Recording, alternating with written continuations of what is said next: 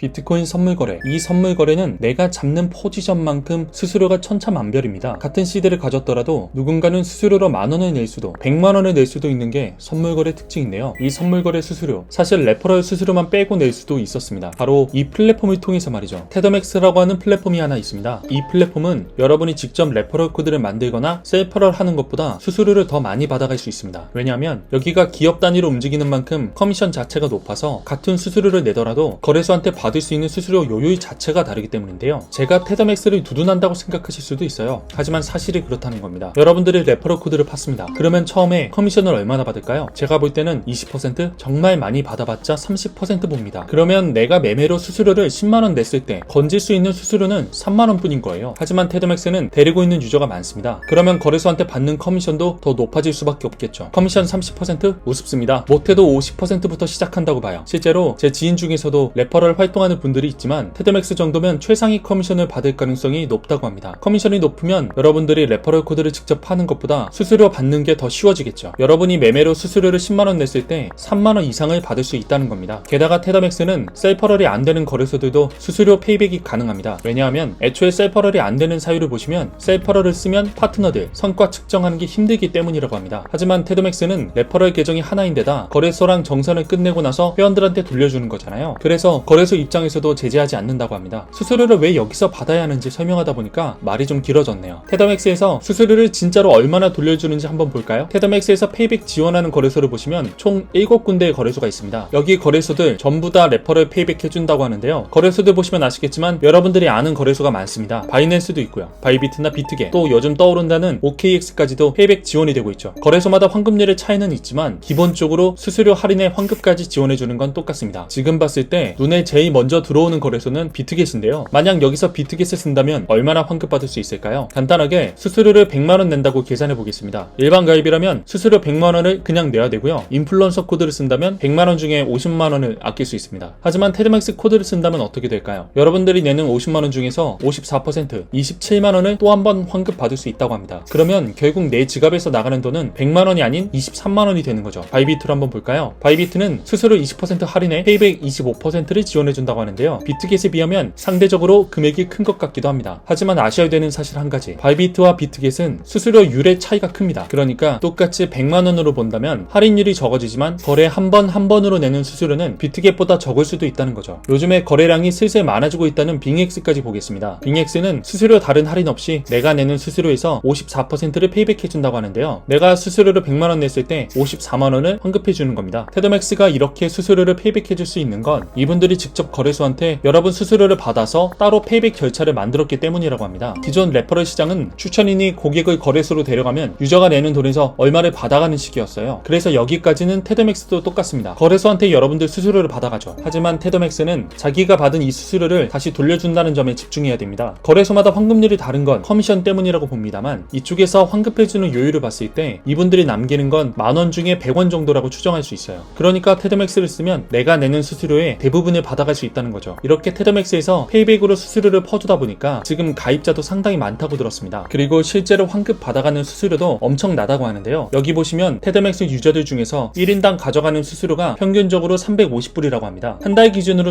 350불이니까 정확한 추정은 못하겠지만 하루에 거의 15,000원꼴로 환급 받아갈 수 있다는 거죠. 그러면 테더맥스에서 수수료 환급 어떻게 받을 수 있는 걸까요? 테더맥스는 선물 거래하는 김에 페이백 받아서 수수료 아끼라고 만들어둔 페이지입니다. 그래서 따로 가입할 필요 없이 거래소 계정만 이쪽 레퍼럴 코드를 쓰면 되는데요. 가입 과정은 간단합니다. 여기 들어와서 거래소 선택하고 계정 만들기. 먼저 인터넷에 테더맥스 치고 들어오면 이런 메인 페이지가 나옵니다. 참고로 이쪽 플랫폼 그대로 베껴서 사기치는 사이트가 한두 개도 아니고 여러 개라고 하니까 조심하시고요. 여기 메인 홈페이지에서 거래소 전체를 누르면 가입할 수 있는 거래소들이 나옵니다. 거래소는 크게 두 가지로 나눠져 있습니다. 추천 거래소에는 바이낸스를 포함한 4곳이 있죠. 이 중에서 지금 가입이 막혀있는 바이낸스를 제외하고 나머지 거래소는 전부 다 가입할 수 있습니다. 바이비트 수수료 20% 할인에 25% 페이백, 비트겟 수수료 50% 할인에 54% 페이백, 마지막으로 맥스C는 수수료 할인 없이 시장가 수수료만 45% 페이백해줍니다. 맥스C는 지정가 수수료가 0이라서 시장가만 해준다네요. 여기 신규 거래소에는 3군데 거래소를 다 가입할 수 있습니다. 빙엑스, 그러니까